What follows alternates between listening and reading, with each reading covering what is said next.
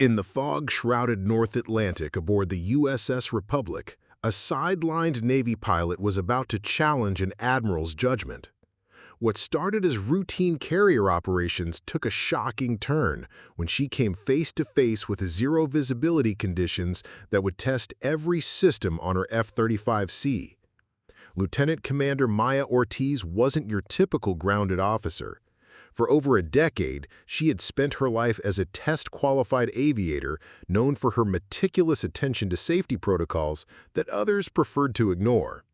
When she encountered sensor fusion failures during the worst weather conditions in months, she had no idea she was walking into a confrontation that would expose fleet-wide safety flaws. Ortiz made an unauthorized flight into the gray void that would lead to a complete overhaul of naval aviation procedures.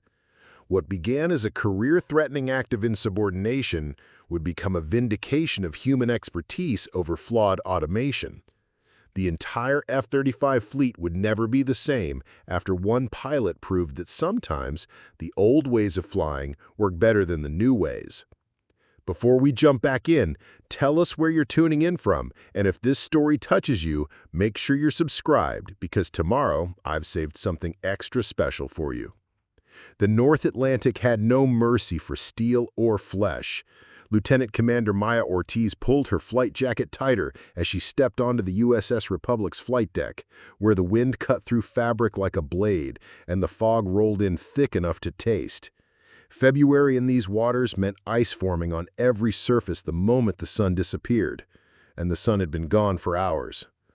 The carrier pitched gently in the swells, its massive hull riding the dark water with the practiced indifference of a predator. Somewhere in the gray void beyond the ship's edge, other vessels maintained their positions in the strike group, invisible except for the occasional ping on radar. The Republic was an island of light and heat, surrounded by nothing, its deck crew moving like ghosts between the parked aircraft. Maya walked the length of the flight deck, her breath forming small clouds that the wind snatched away immediately. 3 weeks of pattern flights had worn a familiar groove in her routine. Check the weather, check the aircraft, check the brief, fly the pattern, land, repeat. It was busy work, and everyone knew it. Her F-35C sat in its designated spot, nose pointed toward the bow, wings folded to save space. Even in the dim deck lighting, she could see the salt spray dried on its surfaces, the small dings and scratches that came from operating in an environment that tried to destroy everything humans put into it. The jet was worth more than most people would see in a lifetime, packed with sensors and computers that could supposedly handle any situation a pilot might encounter. Maya knew better. She completed her walk-around inspection by muscle memory, checking panel alignment, tire wear, and control surface movement. The F-35C was a marvel of engineering, but it was also a collection of compromises wrapped in stealth coding. Its computer systems made promises they couldn't always keep, especially when the environment pushed beyond the comfortable parameters of test flights and contractor demonstrations. "Another thrilling day in paradise, ma'am?" Maya turned to find Ensign Leo Brooks approaching, his flight suit still showing crisp creases from the supply room. The kid was eager, competent, and completely unprepared for the realities of carrier operations in weather like this. He'd graduated at the top of his flight school class, which meant he could handle a simulator but had never felt the deck pitch under his feet during a night trap in actual conditions. "Just checking the machinery, Brooks." Maya patted the side of her aircraft. "How's your cold weather start procedure coming along?" Brooks's expression tightened slightly. "Still working on it, ma'am. The simulator didn't quite prepare me for how sluggish everything gets out here." "No, it wouldn't." Maya pulled out her kneeboard and flipped to a page covered in her own handwriting. "Here's what they don't teach you in flight school. When it's this cold, your APU start is going to take an extra 30 seconds. Don't rush it. Let the oil pressure stabilize before you advance to idle, and don't trust the first temp reading you get. Give it time to settle." She walked him through the checklist she'd developed over years of operations in conditions that the manufacturer's manual optimistically called non-standard. Brooks listened with the intensity of someone who understood that the difference between knowing and not knowing could be measured in aluminum scattered across a dark ocean. "Ma'am, can I ask you something?" Brooks glanced around to make sure they weren't being overheard. "The software update we got last month, the one that's supposed to improve sensor fusion at low altitude, have you noticed anything off about it?" Maya felt something cold settle in her stomach that had nothing to do with the Atlantic wind. "What kind of off?" "Just little things. Momentary glitches in the display, altitude readings that don't quite match what I'm seeing on backup instruments. Nothing dangerous, just inconsistent." She studied his face, seeing the uncertainty of someone who didn't yet trust his own observations enough to challenge the official line. Maya remembered that feeling. She also remembered what happened when you finally worked up the courage to speak truth to power. "Keep logging those observations, Brooks. Use your paper backup. Note the time, conditions, and exactly what you saw." She handed him the modified checklist. "And use this for your next cold start. Trust the procedures, not just the displays." Brooks took the papers with the reverence of someone receiving sacred text. "Yes, ma'am, thank you." Maya watched him walk back toward the island superstructure, shoulders set with new purpose. In the distance, she could see the amber glow of the hangar deck, where maintenance crews worked under harsh fluorescent lights to keep the air wing operational. Master Chief Morales would be down there somewhere, reading the metal and wires with the same attention that Maya read weather and air currents. She pulled out her phone and checked the time. The 0600 briefing was still 2 hours away, but Admiral Hale would be there early, reviewing the metrics that made his reports look good. The patch that Brooks had noticed was part of those metrics, a software update that supposedly improved low-altitude performance while reducing maintenance costs. On paper, it was working perfectly. Maya knew the difference between paper and reality. The fog was getting thicker. Brooks raised his hand. "Sir, what should we do if we notice inconsistencies between the enhanced displays and backup instruments?" Rourke barely paused. "The enhanced systems are designed to integrate multiple sensor inputs for optimal accuracy. If you're seeing discrepancies, it's likely because you're not yet familiar with the improved interface. Stick with the primary displays and trust the technology." Maya felt her jaw tighten. The kid had asked exactly the right question and received exactly the wrong answer. After the briefing dispersed, Maya made her way to the hangar deck. The space was vast and loud, filled with the constant noise of maintenance operations. Jet engines hung from overhead cranes while technicians crawled through access panels with flashlights and determination. The smell of JP-5 fuel and hydraulic fluid permeated everything.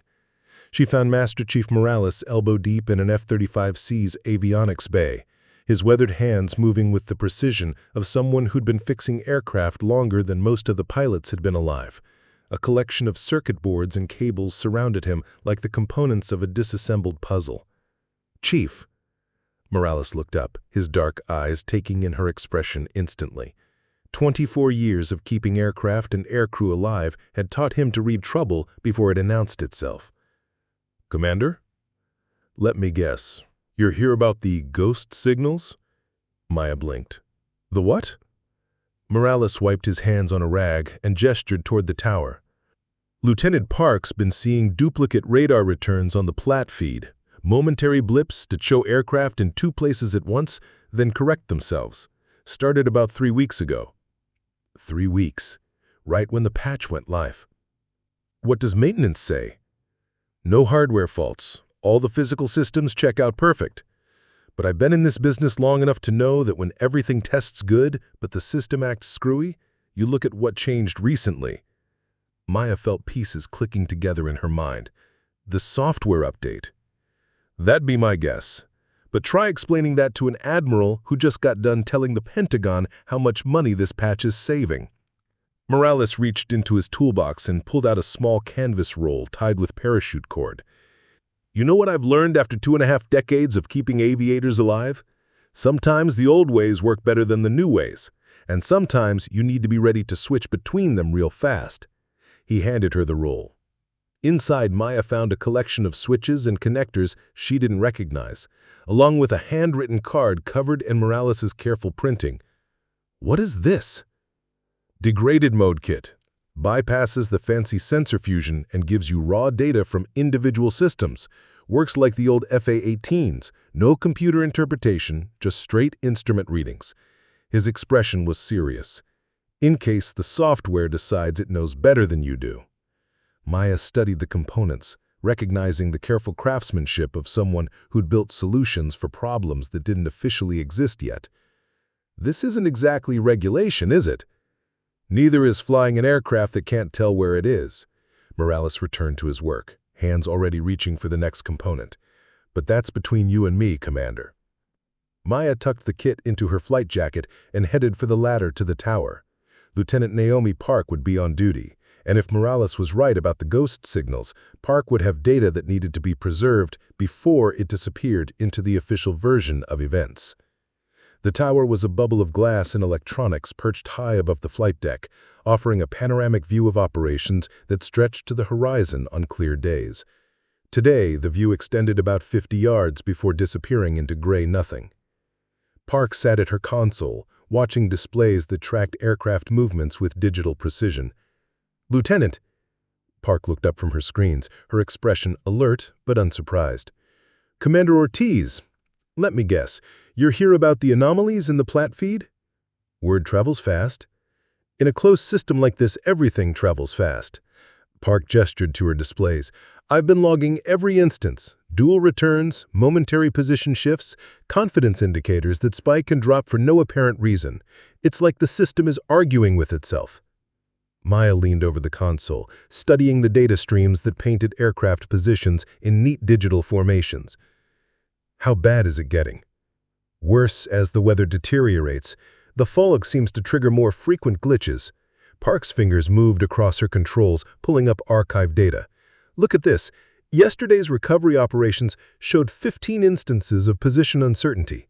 Today's morning launches already show 8, and visibility is only going to get worse." The display showed a pattern that Maya recognized from her own test data. Sensor fusion algorithms failing when presented with low-contrast environments that pushed beyond their training parameters. The patch was supposed to fix this problem, but instead it seemed to be masking the symptoms while making the underlying issue worse. Have you reported this up the chain? Twice. Admiral Hale's staff says it's weather-related interference and not operationally significant. Park's tone carried the frustration of someone whose professional observations had been dismissed by people who didn't understand the technology they were managing. They want us to monitor the situation, but continue normal operations. Maya felt the familiar weight of being right about something that powerful people didn't want to hear. She'd been in this position before, watching systems fail while administrators focused on metrics that looked good in briefings. "Keep logging everything," she told Park. "Timestamps, conditions, aircraft involved. Use your personal notes if you have to." "Already am." Park tapped a notebook beside her console. "My grandfather was a lighthouse keeper. He taught me to write down what you see, not what people tell you you're supposed to see." As Maya headed back toward the ready room, she felt the ship's motion change slightly. The Republic was altering course, probably adjusting position for optimal wind across the deck as the weather continued to deteriorate. Soon, the fog would be thick enough to challenge even the automated systems that Admiral Hale trusted so completely. Maya thought about Brooks's questions, Morales' kit, and Park's ghost signals. The pieces of a larger problem were becoming visible, but proving it would require more than anomalous data and unofficial observations. It would require flying into the teeth of the weather system that was rolling in from the northwest, where visibility was about to drop to 0 and the software patch would face its real test. By 1800 hours, the fog had transformed the USS Republic into a ghost ship. Visibility dropped to less than 50 yards, turning the flight deck into an alien landscape where familiar shapes loomed out of the gray like monuments to an abandoned civilization. The carrier's horn sounded its position every 2 minutes, a deep bass note that seemed to come from everywhere and nowhere at once. Maya stood at the edge of the flight deck, watching deck crews secure aircraft with methodical precision. The temperature had dropped another 10 degrees, and ice was beginning to form on exposed surfaces. In conditions like these, every operation became dangerous. Every decision carried weight that could be measured in lives and aircraft. Her phone buzzed with a message from the operations center. All manned flight operations suspended, pending improved visibility. Drone operations continue as scheduled. Maya felt her stomach tighten. Admiral Hale was making the exact decision she'd expected, shutting down human pilots while allowing the automated systems to continue operating. It was the safe political choice, the one that would look reasonable in a post-incident investigation. It was also the choice that would prevent anyone from witnessing how badly the software patch performed in real-world conditions. She made her way to the ready room, where pilots clustered around coffee makers and digital displays, their frustration palpable. Flight operations were the reason they existed. Being grounded felt like being told to stop breathing. "Ridiculous," Commander Rourke was saying to a group of junior officers. "We have the most advanced carrier-based aircraft in history, and we're treating them like they can't handle a little weather." "Maybe it's not about what the aircraft can handle," Maya said quietly. The room turned toward her, conversation stopping mid-sentence. Rourke's expression hardened slightly. "Do you have something to add, Commander?" Maya considered her words carefully. 3 weeks of being marginalized had taught her the cost of speaking directly, but watching the fog thicken had convinced her that silence was becoming more dangerous than honesty. "I'm just saying that maybe the Admiral's being cautious for good reasons. New systems, challenging conditions, it makes sense to err on the side of safety." Rourke studied her face, clearly trying to determine whether she was being sincere or subtly critical. "The systems have been thoroughly tested, Ortiz. The drone operations this afternoon will demonstrate their reliability." "I'm sure they will." Maya left the ready room and headed for the hangar deck, where she found Brooks reviewing maintenance manuals in a corner that offered some privacy from the constant noise of operations. The kid looked frustrated, the kind of frustration that comes from wanting to prove yourself but being denied the opportunity. "Rough day to be grounded," she said. Brooks looked up from his manual. "Ma'am, can I ask you something? Off the record?" Maya sat down across from him. "Shoot. Do you think we're being grounded because of the weather or because of the problems with the patch?" I think someone's worried about what we might see if we flew in these conditions, and I think that someone doesn't want us documenting anything that might contradict the official narrative about how well the new systems work. Maya felt a spark of approval. The kid was learning to think beyond the briefing slides. "Keep that observation to yourself for now," she said, "but keep your eyes open. Sometimes the most important lessons come from what people don't want you to see." Brooks nodded, understanding passing between them like a shared secret. Maya's phone buzzed again, this time with a message from Master Chief Morales. "Hangar Bay 2, need you to see something." She found Morales standing beside an F-35C that looked identical to every other F-35C on the ship, except for the collection of diagnostic equipment surrounding it like electronic ivy. Cables snaked across the deck, connecting the aircraft to computers that displayed streams of data in formats that meant nothing to Maya, but apparently told Morales everything he needed to know. "What am I looking at, Chief?" "Real-time sensor data from the drone ops that are still authorized to fly." Morales pointed to a series of displays showing position indicators, altitude readings, and confidence metrics. "Watch this." As Maya observed, the numbers fluctuated wildly, confidence scores dropping from high green to yellow and back again within seconds. Position indicators showed momentary offsets that corrected themselves so quickly they'd be invisible to anyone not specifically looking for them. "How bad is it?" "Bad enough that if this were a manned aircraft, I'd ground it immediately." Morales' expression was grim. "The patch is masking these fluctuations in the pilot displays, showing averaged values instead of real-time data. It looks stable in the cockpit, but the underlying sensors are screaming inconsistencies." Maya felt a cold certainty settle in her chest. "And in manual mode? The pilot would see exactly what's happening and could compensate, but the patch locks them out of manual sensor control, forces them to trust the average data. which means if something goes wrong, the pilot won't know until it's too late to fix it. Maya stared at the displays, watching the numbers dance in patterns that would be invisible to anyone flying with the patch active. This was the proof she'd been looking for, the smoking gun that demonstrated why Admiral Hale's confidence in the news systems was misplaced. "Chief, how long would it take to modify an aircraft to bypass the patch?" Morales was quiet for a long moment, understanding exactly what she was asking. 15 minutes, but whoever flies it would be in direct violation of current operational orders.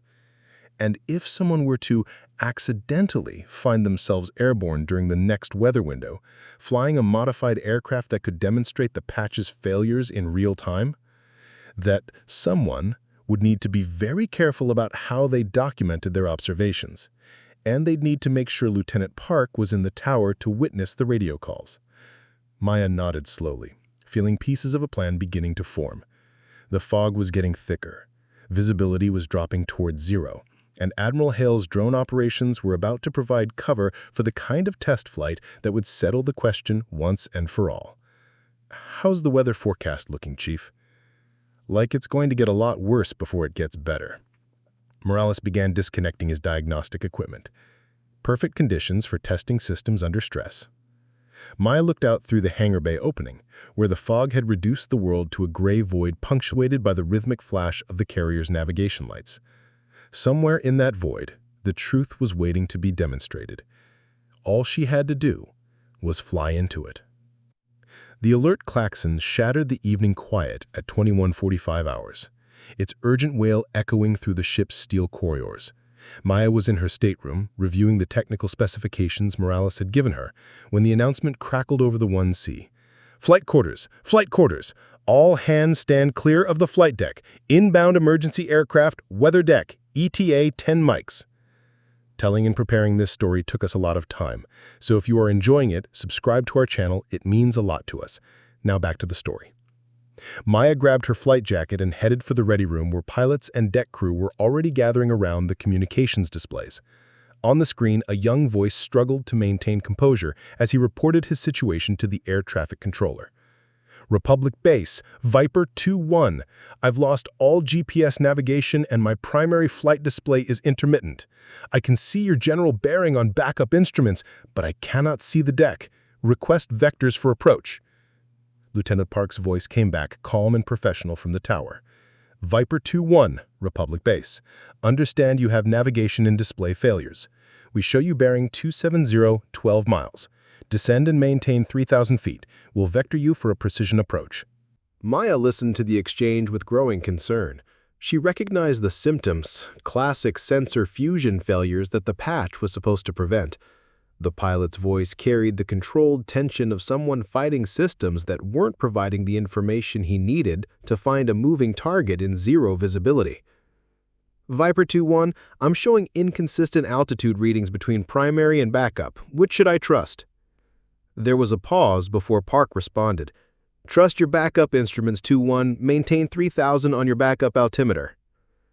Commander Rourke stepped forward, his expression tight with concern. "Who's the primary recovery pilot tonight?"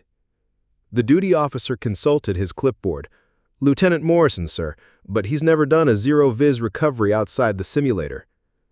Rourke glanced around the room, his eyes settling on Maya. She could see the calculation in his expression. Morrison was qualified but inexperienced, and the conditions outside would challenge even a veteran pilot. The smart move would be to use the most experienced pilot available regardless of recent personnel decisions. "Ortiz, you're—" "Negative." Admiral Hale's voice cut across the room as he entered, his uniform somehow still pressed despite the late hour. "Morrison has the duty, Morrison takes the recovery. Commander Ortiz will observe only." Maya felt the familiar frustration of being sidelined when her experience was most needed, but she held her tongue. Arguing with Hale in front of the squadron would accomplish nothing except further marginalization. Morrison stepped forward, his young face pale under the fluorescent lights. "Sir, I'm not sure I'm qualified for these conditions." "You're qualified, Lieutenant. Trust your instruments and follow procedure." Hale's tone brooked no disagreement. "The automated systems will guide you through it." Maya watched Morrison head for the door, his shoulders carrying the weight of an impossible situation. The kid was competent, but competence wasn't enough when systems were failing and visibility was zero. She waited 30 seconds, then followed him toward the tower. The tower was a bubble of intense activity surrounded by gray nothing.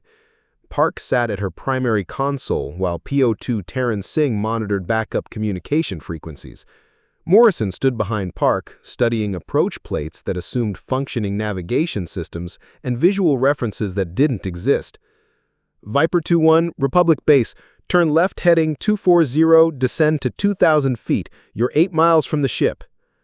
The pilot's response carried increasing strain. Republic Base, my heading indicator is drifting. I'm not confident in my compass heading. Morrison reached for the microphone, but Maya caught his arm gently. What's your backup plan if his instruments fail completely? The manual says to vector him to a tanker and divert to shore. There's no tanker airborne, and the nearest divert field is socked in. Maya kept her voice low, watching Park work to keep the distressed aircraft on course. What's he got? Morrison's face went blank. The manual hadn't prepared him for a situation where all the backup plans required capabilities that weren't available. Park glanced back at them, her expression tight with concentration. He's drifting off course again. The compass errors are getting worse. Viper 2-1, say your intentions, Morrison said into the microphone. I need guidance, Republic Base. I can't maintain heading, and I'm not sure about my altitude. Maya saw Park's fingers hesitate over her controls. The young air traffic controller was running out of options, and everyone in the tower knew it. Singh looked up from her console, catching Maya's eye. Ma'am, I've got backup frequencies isolated if needed. It was an offer disguised as an observation. Singh was telling Maya that she could communicate with the aircraft without going through official channels, if someone were willing to accept the responsibility of guiding the pilot home. Maya looked at Morrison, who was staring at his approach plates with the expression of someone drowning in procedures that didn't match reality. Then she looked at Park, whose fingers were poised over controls that could either save a pilot or end 2 careers. Morrison, step back and observe. Maya moved to the microphone. Park, patch me through on backup frequency. Ma'am, Admiral Hale specifically said, Admiral Hale isn't flying the aircraft. Maya keyed the microphone as Singh established the connection. Viper 2-1, this is Republic Recovery. I need you to disregard your primary navigation display and focus only on backup instruments. Do you copy? Republic Recovery, Viper 2-1, copy, backup instruments only, but my backup compass is also drifting. Understood, 2-1. We're going to bring you home using time and distance. Turn right to heading 300 and hold that heading for exactly 2 minutes. Mark, now. Maya pulled out the handwritten notes Morales had given her, finding the degraded mode approach procedures that assumed nothing worked except basic flight instruments. It was old-school flying, the kind that required trust between pilot and controller when technology failed. 2-1, at the end of 2 minutes, turn left to heading 270 and descend to 1,000 feet. Call passing through 1,500. Park watched Maya work, her own hands moving to support the approach on her primary radar. Morrison stood behind them, observing a recovery technique that wasn't taught in any current manual. Republic Recovery, Viper 2-1 passing through 1,500 feet, turning to 270. Good, 2-1. Hold that heading and rate of descent. You're 3 miles from the ship, slightly left of centerline. In 30 seconds, turn right to 280. The recovery took 12 minutes of patient guidance, with Maya walking the pilot through each heading change and altitude adjustment using nothing but timing and basic instruments. When the F-35C finally emerged from the fog at 200 feet, lined up with the carrier's deck, Park triggered the approach lights and Viper 2-1 trapped on the second wire. As the aircraft rolled to a stop, Maya handed the microphone back to Morrison. That's how you bring someone home when the fancy systems don't work. Morrison nodded, his face showing the expression of someone who'd learned something not taught in any classroom. Thank you, ma'am. Park was already reaching for her logbook, making notes that wouldn't appear in the official record. Clean approach, textbook recovery," she murmured as she wrote. "Backup frequency communications maintained throughout." Singh caught Maya's attention. "Ma'am, I preserved the audio from the backup channel. File automatically archived to personal storage." Maya understood. The recording existed, but not in any system that Admiral Hale routinely monitored. If questions arose later about how the recovery was accomplished, the evidence would be available to the right people. As they left the tower, Morrison fell into step beside Maya. "Commander, can you teach me how to do that? Ask Chief Morales for the degraded mode checklist. Practice it until you can run an approach with your eyes closed." Maya paused at the hatch. "And remember, sometimes the old ways work better than the new ways." 20 minutes later, Admiral Hale appeared in the ready room to debrief the recovery. He praised Morrison for a successful trap and highlighted the effectiveness of the ship's precision approach systems in challenging conditions. According to his summary, the automated guidance had worked flawlessly, demonstrating the value of the recent software upgrades. Maya listened from the back of the room, saying nothing. The official version would go into reports that traveled up the chain of command, supporting narratives about technological superiority and system reliability. The truth lived in Park's handwritten notes and Singh's archived audio files, waiting for someone who cared more about reality than reports. The next morning found Maya in Hangar Bay 2 at 05:30, ostensibly reviewing maintenance schedules with Master Chief Morales. The space provided the illusion of privacy. Too much background noise for electronic surveillance, too much activity for anyone to notice a small group of people having a conversation that wasn't supposed to happen. Lieutenant Park arrived first, carrying a thermos of coffee and a tablet that displayed weather forecasts. PO2 Singh followed, her tool bag containing communication equipment that definitely wasn't standard issue. Ensign Brooks appeared last, looking nervous but determined. "Gentlemen, lady," Morales said quietly, "let's talk about aircraft maintenance." Maya spread her own notes on a nearby workbench, charts and checklists that looked innocuous to casual observation but represented weeks of careful planning. "The way I see it, we have a maintenance problem. The patch is causing sensor fusion failures that aren't being reported because the symptoms are masked in normal flight operations." Park nodded. "The ghosting in the plat feed is getting worse. Yesterday's drone operation showed 17 separate instances of position uncertainty. If these were manned aircraft, we'd have declared an emergency. But the official metrics show everything working perfectly, because the patch averages out the fluctuations before displaying them to the pilot." Singh pulled a small device from her tool bag, something that looked like a radio but wasn't quite standard military equipment. "I've been monitoring the actual sensor outputs during drone operations. The underlying systems are screaming error codes that never make it to the pilot displays." Maya studied the faces around her, seeing the same expression she recognized from her own mirror, professionals who understood that silence was becoming complicity.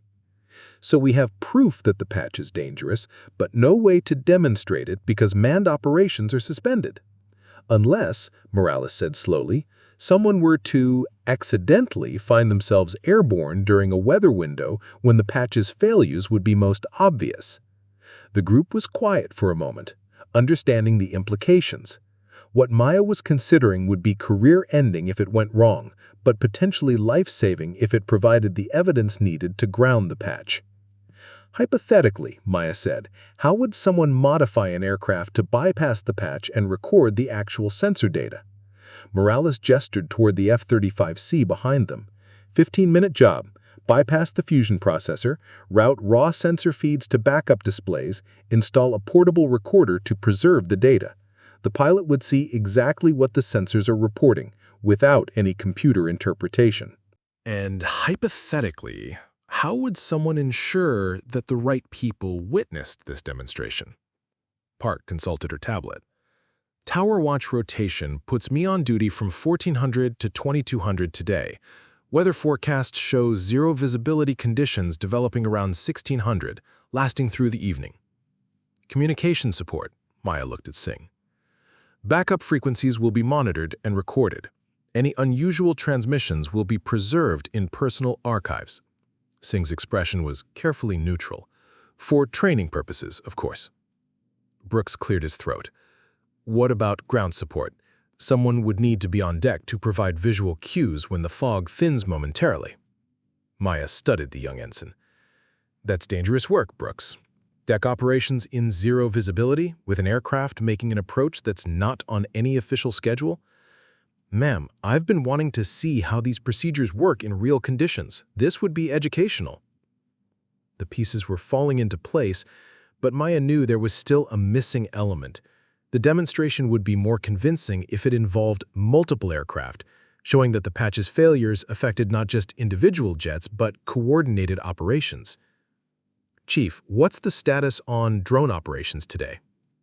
Morales consulted his maintenance log. 2 drones scheduled for extended range testing, launch at 1500, recovery around 1630. And if one of those drones developed a malfunction that required manual recovery assistance, that would create an interesting coordination challenge, Morales said thoughtfully, especially if the malfunction occurred during the worst visibility conditions of the day. Lieutenant Jonah Reese appeared at the edge of their group, his approach so quiet that Maya didn't notice him until he spoke. Excuse me, but I couldn't help overhearing something about drone recovery procedures. The group tensed slightly. Reese was the UAS controller, responsible for the unmanned systems that had been performing so well according to Admiral Hale's metrics. Maya didn't know him well enough to judge whether he could be trusted with what they were planning. Lieutenant Reese, Maya said carefully, we were just discussing theoretical scenarios. Right, theoretical. Reese set down his own tablet, which displayed real-time data from the drone operations. In that case, you might be interested in this theoretical observation. The drones have been experiencing the same sensor fusion problems that everyone's been whispering about. The difference is that drone operations don't have pilots to report anomalies.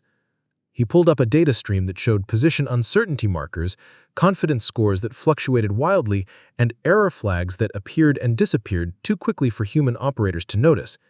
The automated systems compensate for these errors without reporting them, but if a drone were to develop a malfunction that forced manual control during challenging conditions, the controller would see exactly what the sensors are actually reporting, Maya finished. Exactly. And if that controller happened to be coordinating with a manned aircraft during the same recovery window, it would create a very comprehensive demonstration of how the patch performs under stress. Maya looked around the group, seeing nods of understanding. Reese was offering to add his drone to their unauthorized test, providing additional evidence and complexity that would make the demonstration impossible to dismiss. Lieutenant, what you're suggesting could end careers. Ma'am, what we're not suggesting could end lives. Reese's expression was serious. I've been watching these systems fail for weeks while everyone pretends they're working perfectly. If we have a chance to document the truth, I think we have an obligation to take it. Maya felt the weight of command, even though what she was contemplating was explicitly outside any chain of command. The decision to proceed would put everyone in the group at risk, but backing down would mean watching other pilots face conditions that she knew were dangerous. All right, she said quietly. Here's what we're going to do. At 15:30 hours, Maya climbed into the cockpit of an F-35C that looked identical to every other F-35C on the USS Republic. The difference was invisible to casual observation, but revolutionary in practice. Morales had spent the morning rewiring the aircraft's sensor displays to bypass the problematic fusion patch and show raw data from individual systems. The modifications were elegant in their simplicity. Instead of processed, averaged sensor readings, Maya would see exactly what each system was reporting in real time. No computer interpretation, no algorithmic smoothing, no false confidence in data that might be unreliable. It was old-school flying with modern sensors, the kind of combination that required pilot skill to manage but provided truth instead of convenience. Maya completed her pre-flight inspection with extra care, knowing that the next hour would either validate weeks of concern or end her naval career. The weather had deteriorated exactly as Park had forecasted. Visibility was dropping towards zero, and the fog was thick enough to make the carrier's deck lights look like distant stars. Tower, Falcon 07 ready for departure. Park's voice came back calm and professional. Falcon 07, Republic Tower. Weather is indefinite ceiling, visibility less than 1/4 mile in fog. Confirm you're prepared for instrument departure. 07 confirms instrument departure. Maya advanced the throttles and felt the F-35C respond with its characteristic smooth acceleration. The catapult shot launched her into gray nothing, the carrier disappearing behind her within seconds as if it had never existed. Only the glow of her instruments provided reference to the world, green numbers and amber warnings painting her situation in digital precision. She climbed to 2,000 feet and began a wide orbit around the carrier's position, waiting for the weather window that would make her demonstration possible. Around her, the North Atlantic stretched in all directions under a blanket of fog that reduced the world to the size of her cockpit. 07, this is Tower on backup frequency.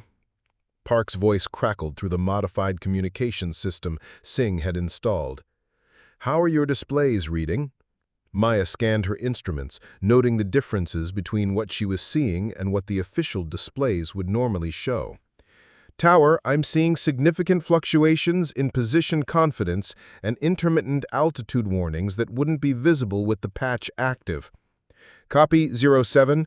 Reese confirms similar anomalies in drone telemetry. Lieutenant Reese's voice joined the conversation from the drone control station.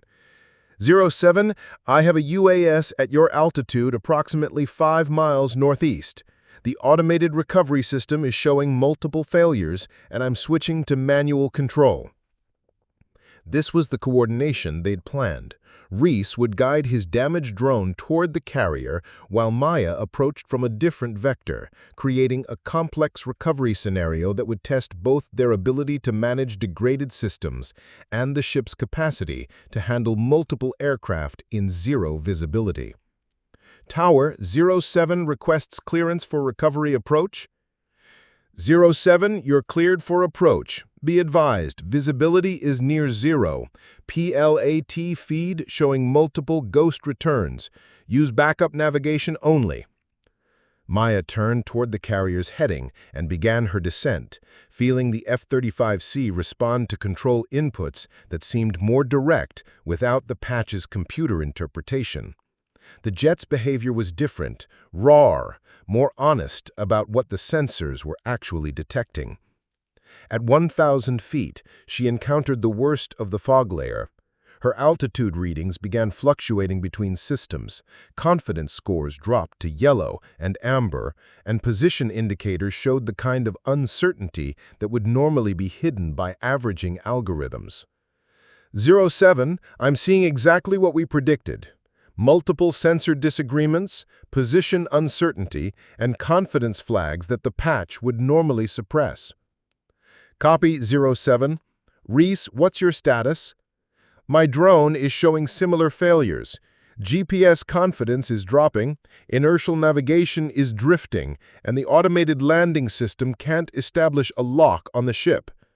Reese's voice carried the controlled tension of someone managing a system that was failing in real time, requesting permission to slave the drone to 07's navigation beacon. This was the moment that would either prove their point or create a disaster that would end multiple careers. Maya would have to guide not only herself, but also a barely functioning drone to a carrier landing in conditions that challenged every system on both aircraft. 07 copies, transmitting navigation data now. Maya activated the beacon system that would allow Reese's drone to follow her approach, creating a formation recovery that depended entirely on pilot skill and basic navigation principles. The drone appeared on her displays as a contact that flickered between present and absent, its position updating irregularly as its own sensors struggled with the conditions.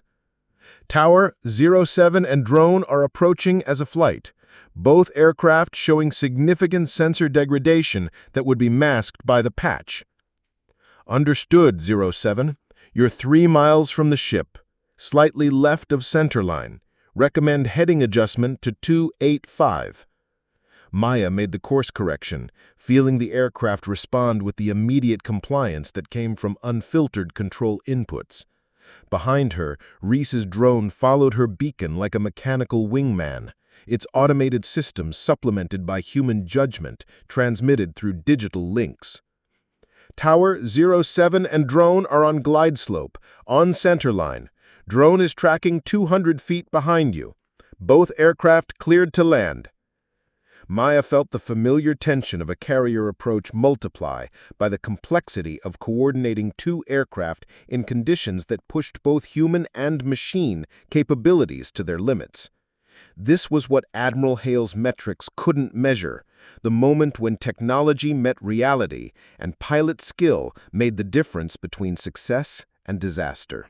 The final approach to the USS Republic required Maya to balance her own aircraft's needs against those of the damaged drone following her beacon. Both jets were essentially flying blind, their sensors providing conflicting information that the patch would normally reconcile through averaging algorithms. Instead, Maya had to interpret raw data and make decisions based on incomplete information and pilot instinct. 07, you're looking good on approach. Drone is tracking steady behind you. Park's voice carried the calm professionalism of someone who'd done this 1,000 times, even though nobody had ever done exactly this before. Maya cross-checked her instruments, noting the disagreements between navigation systems that would normally be invisible to a pilot. Her GPS showed one position, her inertial navigation system suggested another, and her radar altimeter disagreed with both about her height above the water. Flying with the patch would mean trusting the computer's best guess about which system was most reliable. Flying without it meant making those judgments herself. Tower 07 shows significant altitude uncertainty between systems. GPS altitude, barometric altitude, and radar altitude are all reporting different values. Copy 07. Use radar altitude for final approach. Barometric is unreliable in these conditions. It was exactly the kind of real-time decision-making that the patch was supposed to eliminate, the human judgment that administrators viewed as an unnecessary variable in an automated system. But Maya could feel the difference between her various altitude indicators, understanding which one was responding most consistently to her actual position above the water. Reese, how's your drone handling the approach? Lieutenant Reese's voice came through the communication link with the controlled tension of someone managing a system that was failing in creative ways. The drone's automated landing system can't establish a solid lock on the ship. Its GPS is drifting, inertial navigation is accumulating errors, and the visual landing aid is showing multiple false targets. Can you maintain formation using my beacon? Affirmative. The drone is locked onto your navigation transmitter and following about 200 feet behind. But if you deviate from optimal approach path, I may not be able to keep it stable. Maya understood the challenge. She had to fly a perfect approach not just for her own aircraft, but as a reference for a drone whose systems were degraded beyond automated capability. Any error in her flight path would be amplified in the drone's attempt to follow her, potentially creating a situation where both aircraft were lost. On deck, Ensign Brooks stood in the fog with a sound-powered phone, coordinating between the tower and the deck crew who couldn't see beyond 50 feet in any direction. His role was to provide confirmation when aircraft actually appeared over the carrier, giving Park the ground truth that radar couldn't provide in these conditions. Tower, Brooks on deck. I can hear the lead aircraft approaching from the northwest. Engine sound indicates stable approach speed. Park acknowledged the report while simultaneously managing approach clearances and coordinating with the landing signal officers, who were positioned by sound rather than sight. The entire recovery was happening through coordination between human operators using backup systems and procedures that existed precisely for situations when primary technology failed. 07, you're 1 mile from the ship. On glide slope, slightly right of centerline. Recommend small correction left. Maya made the adjustment, feeling both aircraft respond to her course change. The drone followed her movement with mechanical precision, its automated system supplementing her navigation data with their own degraded sensors to maintain formation. At a quarter mile, the carrier's lights became visible through the fog as a diffuse glow that gradually resolved into individual points of reference. Maya could see the flight deck as a dark rectangle outlined by approach lights, the landing area marked by systems that worked regardless of weather or visibility. 07, call the ball. Maya activated her final approach configuration. Landing gear down, hook deployed, approaching the ship at 135 knots with a damaged drone following her beacon like a mechanical shadow. 07, Hornet ball, 4.2. The landing signal officer's voice came back immediately. Roger ball, you're looking good. Continue approach. Maya felt the familiar sensation of a controlled crash as the F-35C settled toward the deck, her aircraft's weight supported by engines that could reverse their thrust in an instant if the approach went bad. Behind her, Reese struggled to keep the drone stable as its automated systems fought to interpret conflicting sensor data. The drone's having trouble maintaining glide slope, Reese reported. The automated landing system keeps trying to correct for phantom position errors. Stay with my beacon, Maya replied. Ignore the automation and fly the drone manually using my position as reference. It was a technique that didn't exist in any manual. Human control supplemented by electronic coordination to accomplish something that neither pilot nor machine could manage alone. Maya's aircraft provided navigation reference, while Reese's expertise managed a drone that was essentially flying on instinct and mathematical approximation. The F-35C touched down hard on the carrier's deck, Maya's hands automatically working throttles and flight controls to manage the controlled crash that was every carrier landing. Her hook caught the second wire, and the aircraft lurched to a stop with the sudden deceleration that reminded every pilot why carrier aviation was fundamentally different from land-based flight. 07 trapped aboard, Park announced, but the recovery wasn't complete. Reese's drone was still approaching, its automated systems confused by sensor failures that the patch would normally hide from human operators. Maya kept her navigation beacon active as she rolled clear of the landing area, providing continuous reference for an aircraft that was essentially flying blind. Drone on final approach, Reese reported. I've got manual control, using 07's beacon for navigation reference. Brooks's voice came through the sound-powered phone. I can hear the drone approaching. Engine sound indicates it's slightly high and fast. The drone touched down 30 seconds later, its approach less graceful than Maya's but successful despite sensor failures that would have made automated recovery impossible. Both aircraft were safely aboard, having demonstrated that complex recoveries were possible in conditions that challenged every electronic system on both jets. As Maya shut down her engines and prepared to leave the cockpit, she realized that they'd accomplished something that would be impossible to dismiss or explain away. 2 aircraft had recovered successfully in zero visibility, using procedures that bypassed the problematic patch, proving that the software wasn't just flawed, but actively dangerous when conditions pushed beyond its programmed parameters. Master Chief Morales appeared at her aircraft as Maya climbed down from the cockpit, his expression mixing professional satisfaction with concern about the consequences of what they'd just demonstrated. How'd you handle, Commander? Like an airplane that tells the truth. Everything we thought would happen happened. The patch would have hidden every sensor failure we just documented. Morales nodded grimly. Then we've got our proof. Now we just have to see if anyone important wants to listen to it. In the distance, Maya could see Admiral Hale approaching through the fog, his expression suggesting that their unauthorized demonstration had not gone unnoticed. Admiral Marcus Hale emerged from the fog like a wrathful spirit, his uniform somehow still pressed despite the moisture that clung to everything on deck. Maya could see his expression clearly in the amber glow of the deck lights, the controlled fury of a commanding officer whose carefully managed operation had been disrupted by subordinates who'd forgotten their place in the chain of command. Behind him came Commander Rourke, Lieutenant Morrison, and a collection of senior staff officers whose faces showed varying degrees of concern and curiosity. Word of the unauthorized recovery had spread through the ship's communication networks faster than official reports could contain it. Commander Ortiz, Hale's voice carried the kind of quiet intensity that every military officer learned to recognize as more dangerous than shouting. Would you care to explain why you launched an unauthorized flight operation in direct violation of my explicit orders? Maya stood at attention beside her aircraft, still wearing her flight gear, the modified cockpit displays visible through the open canopy behind her. Around them, deck crew continued their post-recovery procedures with the focused efficiency of people who understood that conversations between officers could affect everyone's future. Sir, I conducted a maintenance test flight to evaluate aircraft systems under degraded conditions. A maintenance test flight. Hale's repetition of her words made them sound absurd. Using modified avionics, unauthorized communication frequencies, and coordination with drone operations that weren't on any approved schedule. Yes, sir. Lieutenant Park appeared at the edge of the group, carrying a folder thick with printed data and audio transcripts. Admiral, if I may, the flight operations were conducted in full compliance with degraded mode recovery procedures. All safety protocols were maintained throughout. Hale turned his attention to Park, his expression showing the particular annoyance of a commander whose subordinates were providing information he didn't want to hear. Lieutenant, the issue isn't safety protocols. The issue is violation of direct orders. With respect, sir, the flight operations revealed significant anomalies in the sensor fusion patch that pose operational safety risks. Master Chief Morales stepped forward, his weathered hands holding a tablet displaying real-time data from Maya's modified aircraft.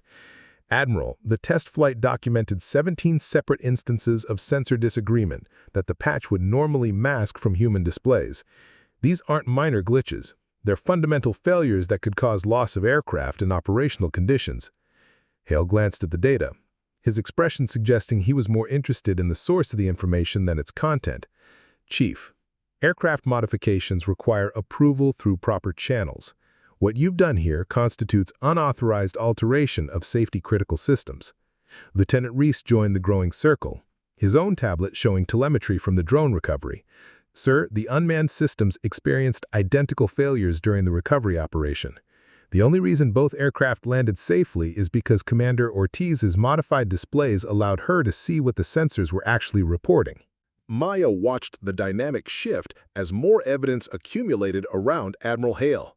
Each new piece of information made it harder for him to dismiss the demonstration as simple insubordination. The technical data was overwhelming, documented by multiple independent sources, and impossible to explain away through administrative convenience. Ensign Brooks approached from his position on deck, still carrying the sound-powered phone he'd used to coordinate visual references during the recovery. Admiral, I observed both approaches from deck level. The aircraft were experiencing navigation difficulties that would have been invisible to pilots using standard displays. Ensign Brooks, Hale said slowly, you were supposed to be in the ready room studying approach procedures. Yes, sir. Commander Ortiz asked me to observe the recovery operations as part of my training. Maya felt a moment of concern for Brooks, whose honesty was about to make him complicit in their unauthorized demonstration.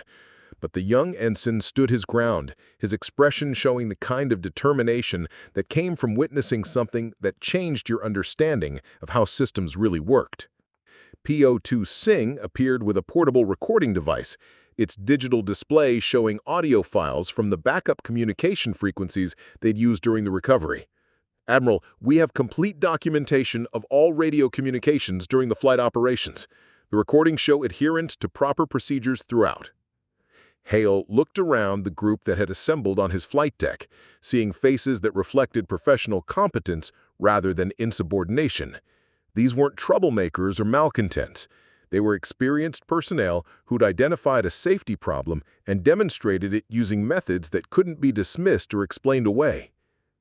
Commander Ortiz, Hale said finally, what you've done here constitutes a serious breach of military discipline.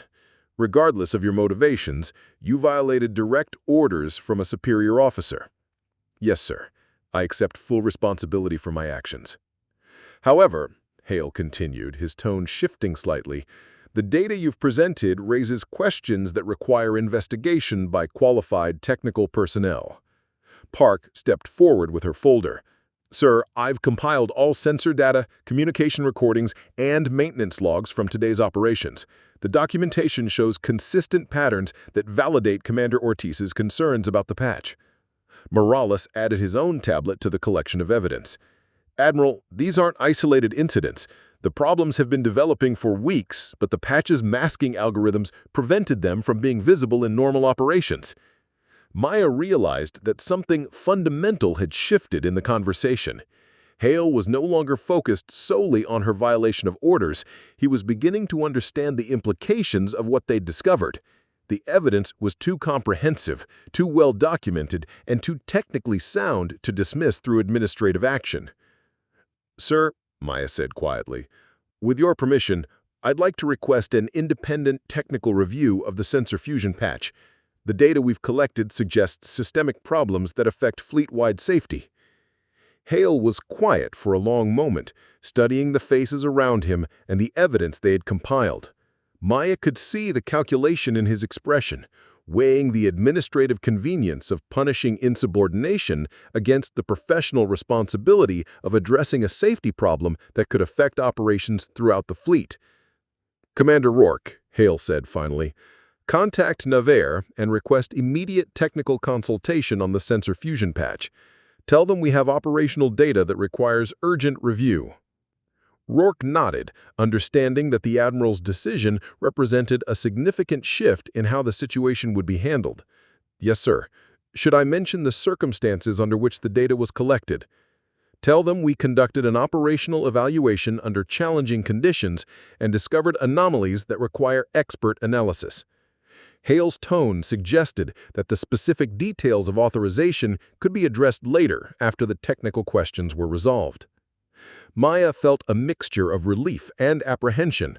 The confrontation hadn't ended her career, but it had committed everyone involved to a process that would either validate their concerns or expose them to consequences that couldn't be predicted. The fog was beginning to lift, but the visibility ahead remained uncertain.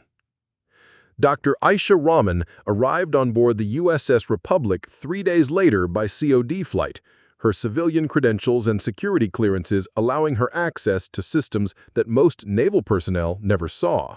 A former aerospace controls engineer who'd left the defense industry after watching safety concerns get buried under program management pressures, she brought both technical expertise and institutional skepticism to her review of the sensor fusion patch. Velasquez looked up from her notes.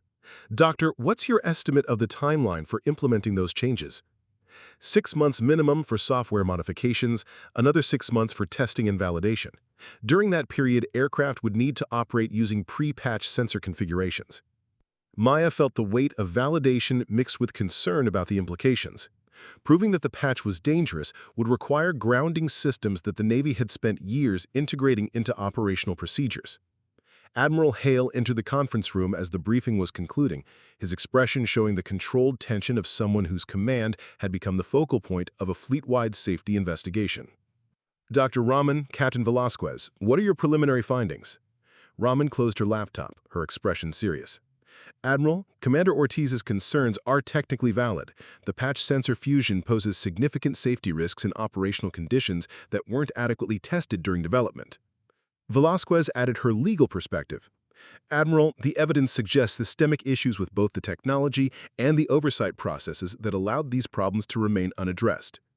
Hale was quiet for a moment, understanding that the investigation had moved beyond his authority to contain or control. "What are your recommendations?"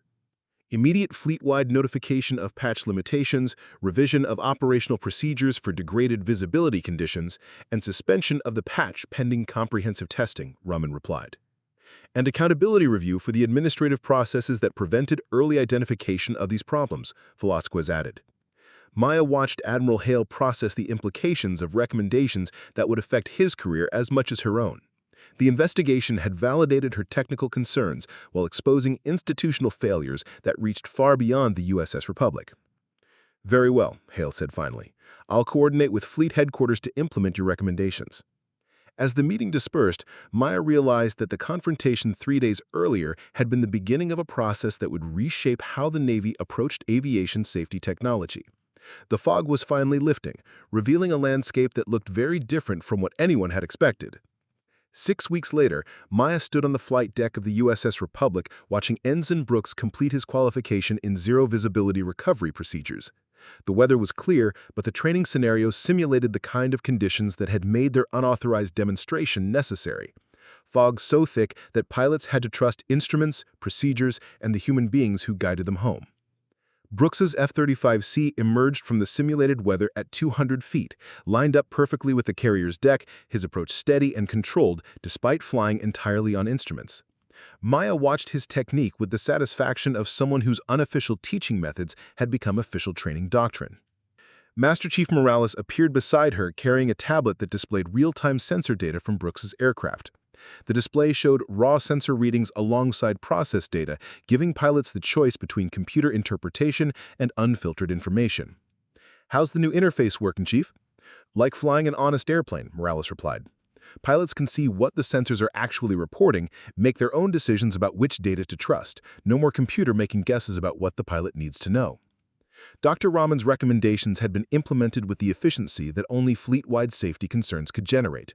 The problematic patch had been suspended, sensor fusion algorithms had been redesigned to preserve error reporting, and training procedures had been updated to include the kind of degraded mode operations that Maya had demonstrated during her unauthorized flight. Admiral Hale approached from the direction of the island's superstructure, his expression showing the measured satisfaction of someone whose command had survived a crisis that could have ended careers and compromised fleet readiness. The investigation had concluded with commendations for innovative training development rather than punishments for unauthorized operations. "Commander Ortiz, how's the new syllabus progressing?" "Ahead of schedule, sir. We're qualifying pilots in zero-visibility operations that would have been impossible under the old procedures." Hale nodded, watching flight operations that demonstrated capabilities the Navy hadn't possessed 6 weeks earlier. "The Fleet Training Command wants to expand this program to other carriers. They're asking for you to lead the implementation."